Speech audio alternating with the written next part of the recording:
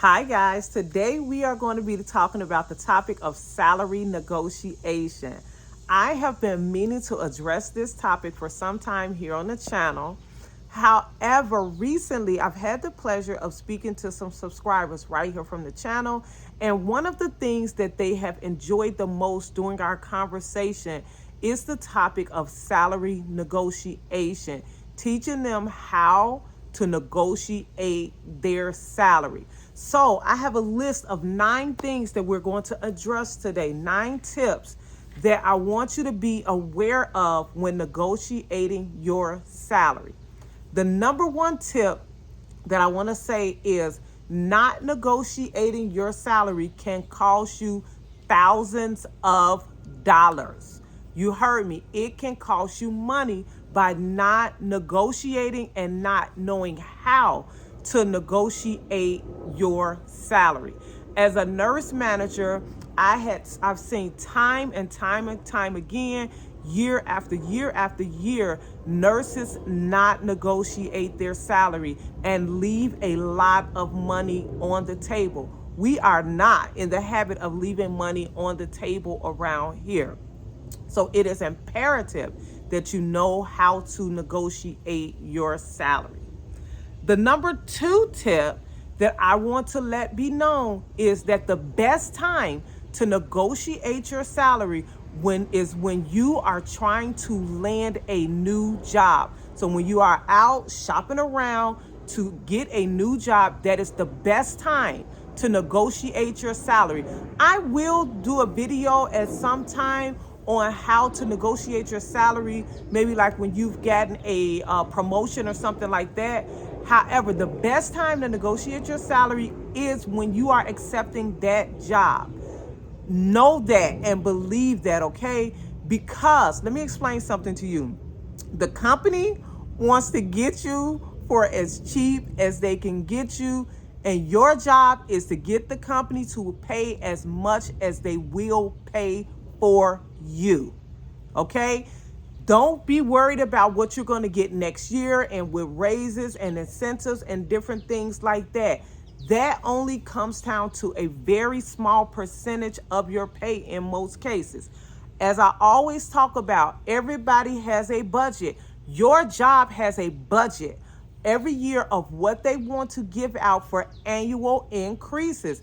As a nurse manager, I have had companies to come back to us, corporate, time and time again, asking us to lower different individuals' pay grade or their star rating or the different metric systems that jobs use to evaluate you for your annual raise. And we've been told that either our building, our facility, our company, or our department is over budget in the amount of money that we should be giving out for raises. So do know that they have a budget as to the amount of money that they want to spend that year on giving annual increases. So it is very imperative to get your money up front. Okay. Number 3, I'm going to tell you something that maybe most people won't tell you. And this is not just for nurses. This information is universal. I just see nurses commonly do this, leave money on the table. But you need to have a walk away number. You need to have a number that if that's their bottom line, that is your walkaway number. And the only way that you're going to have a walkaway number is by having 2 other numbers. And those 2 numbers I call the ideal number and the willing to accept number. The ideal number is the number that excites you.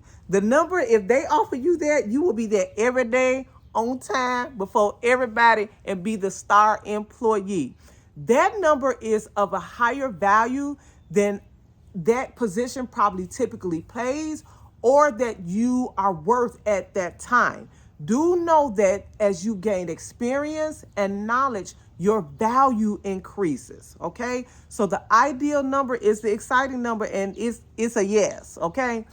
Then the second number is your willing to accept. I'm willing to accept that number. I believe that it's fair, and I believe that it's just based on the experience, the value, and the knowledge that I would bring to the position, as well as the expectations, what is expected of me as an employee. I believe that that number is fair.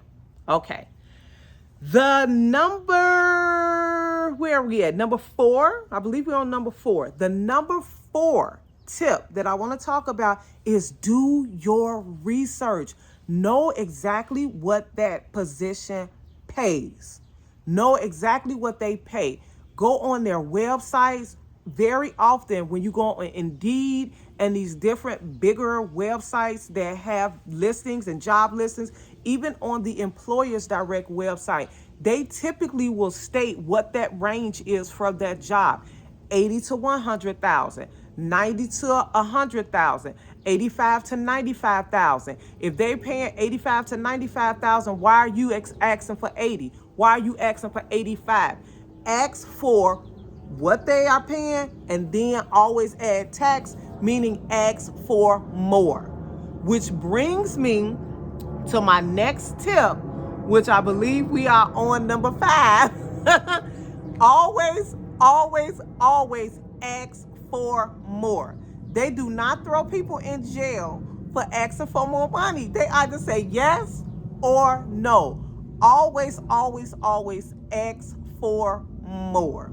Okay, and I'm going to do another video on talking about what that conversation sounds like. I don't want to make this one too long. I'm going to do another video on what that conversation sounds like when you're asking for more money. Okay, another thing I want to go back on when doing your research, you want to even know what their competitors, that whatever their competitor is, see if you can find out who's their competitor. What's the hospital closest to them? What's the home health company that's close to them?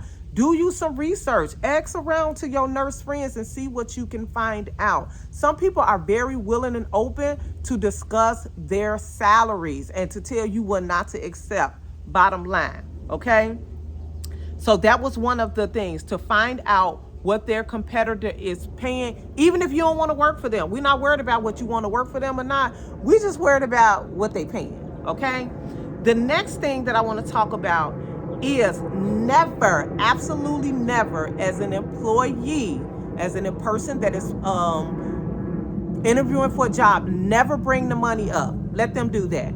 Always let them initiate the money conversation. And when they do initiate it, or if they're asking you up front, then never give a range. You always want to have a dollar amount. Do not go in there talking about, well, I'm looking for 80 to 90, 90 to 100, 100 to 115, because they're only going to come back and offer you on the lower end. If you say 80 to 90, they may say 81, they may say 82, but you could have left $8,000 on the table. Let them bring that conversation up, and you already know that you need to have your ideal and you're willing to accept numbers, and that's what you need to be giving them. Okay, the next thing that we're going to talk about is if salary negotiation is not something that they're willing to budge on. If they think that what they're offering is fair and it is a willing to accept number for you, don't stop right there. Sometimes there's other things that you can negotiate, okay? Maybe you can negotiate additional PTO time off. Maybe you can negotiate your days, especially if we're talking about nurses. Maybe you can have them to lock you into a schedule that is very convenient for you, your family, and your lifestyle. Okay, so consider those things like that. Sign-on bonuses, tuition reimbursement. Maybe you can ask for additional tuition reimbursement, especially if you are in school or planning to go to school. These are things that we can negotiate. Your days, your hours. If they wanted you on one shift, but you really want another, and you were willing to deal with them, but now they don't want to give you the money that you want. Now go back to saying, well, I am only available 7 to 7, 7A to 7P, rather 7P to 7A for that amount of money. Learn to negotiate. Do not be scared to talk about your money. Okay? The next thing that I want to talk about is always ask for more money if you are not taking advantage of the benefits on the job. If you're not taking advantage of the benefits that they are offering, meaning you are not taking advantage of their 401k, you're not paying into that, so therefore they won't be matching it. You're not using their health insurance, their dental, their vision, things like that. Those are things to consider. When I go in and I negotiate a job and I give them my bottom line figure, I already know the only thing that I want from you all is your 401k. My husband provides my insurance, so we need to talk about some more money for me, because that's less money that they are spending for you because you're not taking advantage, because you don't need it, want it, or desire it for whatever reason, but they're saving money by you not using those type of benefits. Okay. The next thing is that I want to say this here. Sometimes I know I've said things about experience and knowledge and value and different things like that. Sometimes it does not boil down to the experience you have. It can boil down to your willingness to negotiate your money. Okay? Your willingness to negotiate your money. When you do research and you find out that they're really short on that night shift, they're really short on that unit, and different things like that. They paying travelers this to come in, or they pay the new staff nurses that, okay? Or you have a friend that you know that is making this or that. Sometimes it's going to boil down to your willingness to negotiate your salary. That's all I have on this topic for today. If you have any more questions about negotiating your salary, please feel free to ask them down in the comment section. And if you like money, budgeting, any type of negotiating salary topics just like this, don't hesitate to like, comment, and subscribe to According to Tawanda, because you're watching and you're not subscribed. Is that a thing? Is that a thing? Is that legal for you to be watching and not subscribe to According to Tawanda? Until next time, guys.